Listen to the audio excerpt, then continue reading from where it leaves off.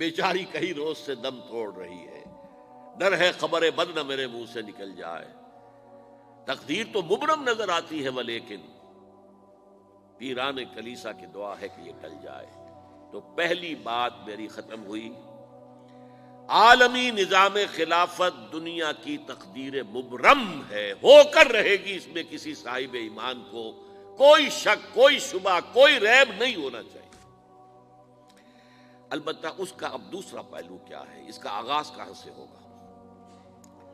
پہلی بات تو یہ، ہمارے بعض لوگوں کے ذہنوں میں، سادہ دل لوگ وہ سمجھتے ہیں کہ پوری دنیا میں ایک ہی دفعہ آ جانی چاہیے، یہ کوئی علاقائی خلافت تو نہیں ہو سکتی، خلافت تو عالمی ہوتی ہے۔ ان سے میں کہتا ہوں عالمی خلافت کب تھی جناب؟ یہ تو نہ خلافت راشدہ میں عالمی تھی، کیا ہندوستان شامل تھا اس میں؟ کیا چین شامل تھا؟ کیا یورپ شامل تھا؟ اور پھر جو خلافت کے نام سے جو ملوکیت چلی ہے وہ بھی صرف آپ دور بنو امیہ میں کہہ سکتے ہیں کہ وہ پورا عالم اسلام کم سے کم اس کے تحت تھا۔ بعد میں خلافت عباس، بنو عباس میں، اور فاطمیین کی خلافت میں، اور آل عثمان جو ہیں آٹومان ٹرکس کی خلافت میں ٹکڑے تھے، حصے بکھرے تھے، کوئی مانتا تھا کوئی نہیں مانتا تھا۔ اور سب سے بڑی بات یہ، اگر ایک دم پوری دنیا پر خلافت قائم ہو سکتی تو حضور کے دست مبارک سے ہوتی، لیکن نہیں ہوئی۔ نتیجہ کیا نکلا؟ ایک ملک میں حضور نے قائم کر دی، جزیرہ نما عرب، یہاں خلافت قائم ہو گئی، حضور خلیفہ ہے۔ اس کے بعد آپ کے خلفائے راشدین نے پھر اس کو وسعت دی، شرقاً غرباً شمالاً، 3 کالمز نکلے ہیں فوجوں کے، صحابہ کرام کے، 3 کالمز، ایک ایسٹ ورڈ، ایک ویسٹ ورڈ، ایک نارتھ ورڈ۔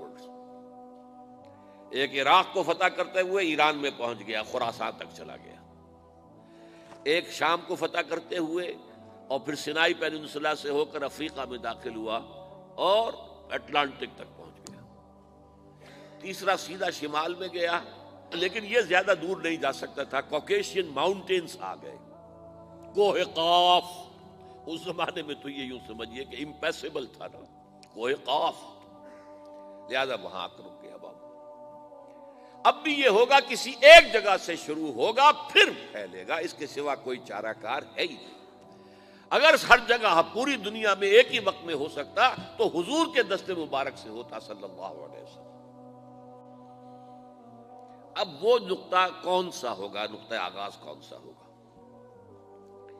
اس میں پہلی بات تو میں نے کہا، جو شک کرے گا اس کا پھر ایمان مشکوک ہے، ہوگا، لازماً ہوگا، گلوبل ہوگا، پوری دنیا میں ہوگا۔ کہاں سے شروع ہوگا اس میں آپ اختلاف کر سکتے ہیں، لیکن مجھے تو 2 حدیثیں تو ملی ہیں جن سے یہ اندازہ ہوتا ہے کہ یہ اس مشرقی خطے سے ہوگا، عرب کے مشرق کی جانب کسی ملک سے ہوگا، کسی خطے سے ہوگا۔ وہ حدیثیں بھی اب آپ پڑھ لیجیے پہلے، پھر میں کہہ رہا ہوں یہ خزانہ ہے جو ہم نے آپ کی خدمت میں پیش کیا ہے، کاش کہ آپ اس کی قدر کر سکیں، یہ حدیثیں آپ کو ازبر ہو جائیں، یاد ہو جائیں، لوح قلب پر نقش ہو جائیں۔ ہندوستان اور خراسان یعنی موجودہ افغانستان کا ذکر ابن ماجہ کی روایت ہے، عن عبداللہ ابن الحارث رضی اللہ تعالی عنہ قال رسول اللہ صلی اللہ علیہ وسلم یخرج ناس من المشرق یوطئون للمہدی یعنی سلطانہ، یعنی سلطانہ، دونوں طرح سے پڑھ سکتے ہیں۔ حضرت عبداللہ ابن حارث فرماتے ہیں رضی اللہ تعالی عنہ کہ حضور نے ارشاد فرمایا، مشرق کی طرف سے وہ فوجیں نکلیں گی، لوگ آئیں گے جو عرب میں مہدی کی حکومت قائم کریں گے۔ یہ مہدی کون ہوں گے اس کا ذکر میں ذرا بعد میں کروں گا، لیکن نوٹ کر لیجئے کہ مہدی سے پہلے لازماً کسی مشرقی علاقے کے اندر وہ نظام قائم ہو چکے گا، تب وہاں سے فوجیں آئیں گی نا۔ یہ مشرق کون سا ہے؟ عرب کے مشرق میں آپ چلیے، ایران بھی آ جائے گا، افغانستان بھی ہے، پاکستان بھی ہے، اور اگر اسے اور توسیع دیں تو ہندوستان بھی ہے۔ یہ ہے عرب کا مشرق، اس سے فوجیں جائیں گی۔ اس کا کیا مطلب ہے کہ اس میں سے کسی جگہ پر نظام خلافت پہلے قائم ہو جائے گا، تاکہ وہاں سے فوجیں جائیں گی جو جزیرہ نما عرب میں حضرت مہدی کی حکومت کو قائم کریں گی۔ اب دوسری حدیث سنیے، یہ سنن ابن ماجہ کی حدیث تھی جو میں نے آپ کو سنائی، آپ نے پڑھی۔ دوسری، عن ابی ہریرہ رضی اللہ تعالی عنہ، یہ ترمذی شریف کی روایت ہے، قال قال رسول اللہ صلی اللہ علیہ وسلم یخرج من خراسان رایات سود لا يردها شیء حتی تنصب بإیلیا، خراسان کے علاقے سے سیاہ جھنڈے لے کر فوجیں آئیں گی، ان کا رخ کوئی موڑ نہیں سکے گا، ان کو پیچھے پھیر نہیں سکیں گے کوئی بھی، یہاں تک کہ وہ یروشلم میں جا کر جھنڈے نصب کر دیں گے۔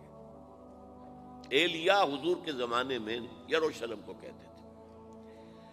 یہ یروشلم تھا جب حضرت سلیمان کی حکومت تھی، اور یہاں پر معبد سلیمانی، ہیکل سلیمانی قائم ہوا، پھر یہ یروشلم ہی رہا ہے تاریخ میں، یہاں تک کہ سن 70 عیسوی میں جب ٹائٹس رومی جنرل نے اس کو گرایا، ختم کیا، سیکنڈ ٹیمپل گرا دیا، اور یہاں سے یہودیوں کو کہا نکل جاؤ یہاں سے، کوئی یہودی باقی نہیں رہا، تب بالکل تہو بالا برباد کر دیا۔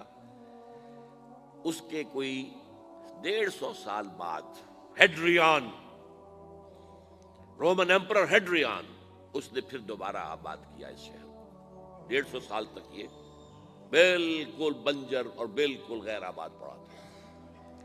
اب ہیڈریان نے جب آباد کیا تو اس کا نام ایلیا رکھا، اب یروشلم نام نہیں تھا، تو حضور کے زمانے میں پھر اس کا نام ایلیا تھا۔ اور اب اس سے کیا معلوم ہو رہا ہے کہ یہ یروشلم مسلمانوں کے قبضے سے اس وقت نکلا ہوا ہوگا، ایک دفعہ پہلے نکلا تھا، سن 1099 عیسوی میں مسلمانوں کے ہاتھ سے نکلا، کروسیڈرز عیسائیوں نے آ کر اس کو قبضے میں کیا، لاکھوں مسلمانوں کو مارا، قتل کیا۔ اس کو 1187 عیسوی میں واپس لیا ہے، کس نے لیا ہے؟ صلاح الدین ایوبی، کرد، عرب کھوکھلے ہو چکے تھے، عربوں نے کھویا، واپس نہیں لے سکے، بہت حکومت کر چکے تھے، 400-500 برس کی حکومت کر کے، اور ان کے عیش اور ان کے آرام، اب ان میں جان نہیں تھی کہ وہ واپس لے سکے۔ واپس لینے والا گرم کرد خون تھا، صلاح الدین ایوبی۔ تو گویا کہ اب آپ سمجھئے کہ 88 برس تک عیسائیوں کا قبضہ رہا یروشلم پر۔ اب 1967 میں یہودیوں نے قبضہ کیا ہے، اور اب 38 برس تو ہو گئے، 88 نہیں تو 38 برس تو ہو گئے ہیں، لیکن وہ دور آئے گا کہ اب پھر لیں گے، لینے والے عرب بھی نہیں ہوں گے، خراسان کے علاقے سے فوجیں آئیں گی۔ یہ خراسان کیا تھا؟ ایلیا تو میں نے آپ کو بتا دیا، یروشلم کا نام ہے۔ خراسان اس زمانے میں ایک بہت بڑے ملک کو کہتے تھے، کچھ حصہ پاکستان کا بھی اس میں شامل ہے، کچھ حصہ ایران کا بھی ہے، ایران کے اس حصے کو اب بھی خراسان کہتے ہیں، وہ ایک صوبہ ہے، خراسان ایک صوبہ ہے ایران کا چھوٹا سا۔ پاکستان میں خاص طور پر یہ جو علاقہ مالاکنڈ ایجنسی کہلاتی ہے، اس سے اوپر جتنا علاقہ ہے، اور یہ جو واخان کی ایک پٹی آتی ہے اوپر، واخان افغانستان کی ایک پٹی سی دم سی چلی آتی ہے جو جا کر چائنا کی سرحد سے مل جاتی ہے، یہاں سے لے کے یہاں تک یہ جو مالاکنڈ کا وہ درہ ہے اور پہاڑ ہے، یہ بھی خراسان کا حصہ ہے۔ باقی تقریباً 2/3 آف افغانستان ساؤدرن حصہ نہیں ہے خراسان کا حصہ، یہ سیستان کہلاتا تھا، یہ خراسان نہیں ہے، لیکن یہ کہ اوپر کا 2/3 آف افغانستان، اور اس کے ساتھ یہ جو عرب، جو اب یہ ترک ممالک آزاد ہوئے ہیں سوویت یونین کی ڈسولوشن کے ساتھ، یہ سارا علاقہ کہلاتا ہے خراسان بزرگ، دی گریٹ خراسان۔